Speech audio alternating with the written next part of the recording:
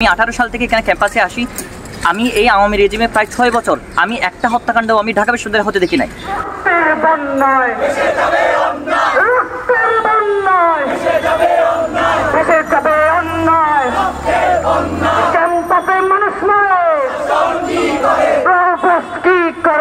আমরা আমাদের আন্দোলন চালিয়ে যাচ্ছি কারণ আমরা ঘুম থেকে উঠেই দেখি জাহাঙ্গীরনগরে একজন ছাত্রলীগ নেতাকে ওখানকার সমন্বয়করা এবং শিক্ষার্থী মিলে তারা খুন করেছে। এবং আমরা আরেকটা ঘটনা দেখতে পেয়েছি, ফজল হক মুসলিম হলে শিক্ষার্থীরা মিলে খাবার খাওয়ানোর পরে একজন চোর সন্দেহে তাকে প্রথমে খাবার খাওয়া যাচ্ছে, এরপরে তাকে মানে মেরে হত্যা করে পিটিয়ে হত্যা করে। ফলে আমরা এটা নিয়ে আমরা আন্দোলন করে যাচ্ছি। আমরা প্রথমে রাজু ভাস্কর্য থেকে আমরা একটা সংক্ষিপ্ত সমাবেশ করার পরে আমরা প্রথমে ফজল হক মুসলিম হলের প্রভোস্টের কাছে যাই, আমরা বিচার চাই, আমরা সিসিটিভি ফুটেজ চাই, এখানকার যারা যারা জড়িত তাদেরকে দ্রুত বের করার জন্য আমরা তাকে প্রেশার দিতে থাকি। তিনি আমাদেরকে কোনো ধরনের সিসিটিভি ফুটেজ আমাদেরকে দেখাতে পারেন নাই।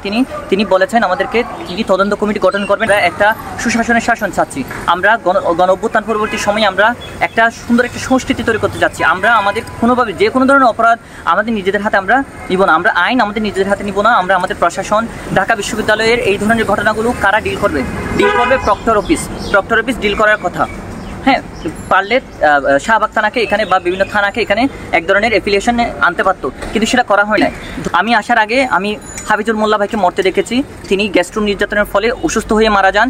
আমি 2010 সালে আবু বকর ভাইয়ের মৃত্যুর কথা শুনতে পাই, যেটা হলের মধ্যে পুলিশ রেড দিতে গিয়ে ছাত্রলীগের দুই পক্ষের সংঘর্ষের মধ্যে পুলিশ রেড দিতে গিয়ে তিনি নিহত হন।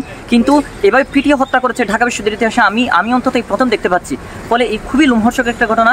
যে সময় আমরা আমাদের রাষ্ট্রকে পুনর্গঠনের কথা ছিল, সে সময় আমরা দেখতে পাচ্ছি পিটিয়ে হত্যা করা হচ্ছে। ফলে আমরা এই মব ভায়োলেন্সের বিরুদ্ধে আমরা লড়াই চালিয়ে যাচ্ছি। আমাদের লড়াই চলতে থাকবে এবং আইনের শাসন প্রতিষ্ঠা করার জন্য আমাদের লড়াই আমরা চালিয়ে যাব।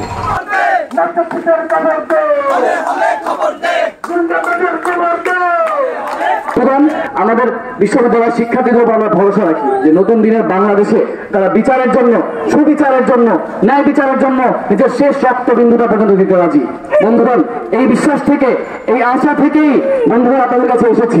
দীর্ঘ মিছিল করে রাজু ভাস্কর্য থেকে ফজলুল হক হল হয়ে তারপরে বিধি চত্বর হয়ে এইখানে যারা আমরা যে মিছিলটা করছি প্রক্টরের কাছে, প্রক্টর বরাবর, সেই মিছিলের আপনিও সাথী হন।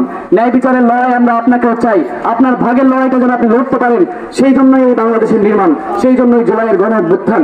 এই ন্যায় বিচারের বাংলাদেশ গড়ার জন্য আমরা যে মিছিলটা করছি, যে মিছিল নিয়ে প্রক্টরের কাছে যাচ্ছি, সেই মিছিলে আপনি সাথী হবেন, যুক্ত হবেন, এই আহ্বান জানা আমাদের মিছিল আবারও শুরু করছি।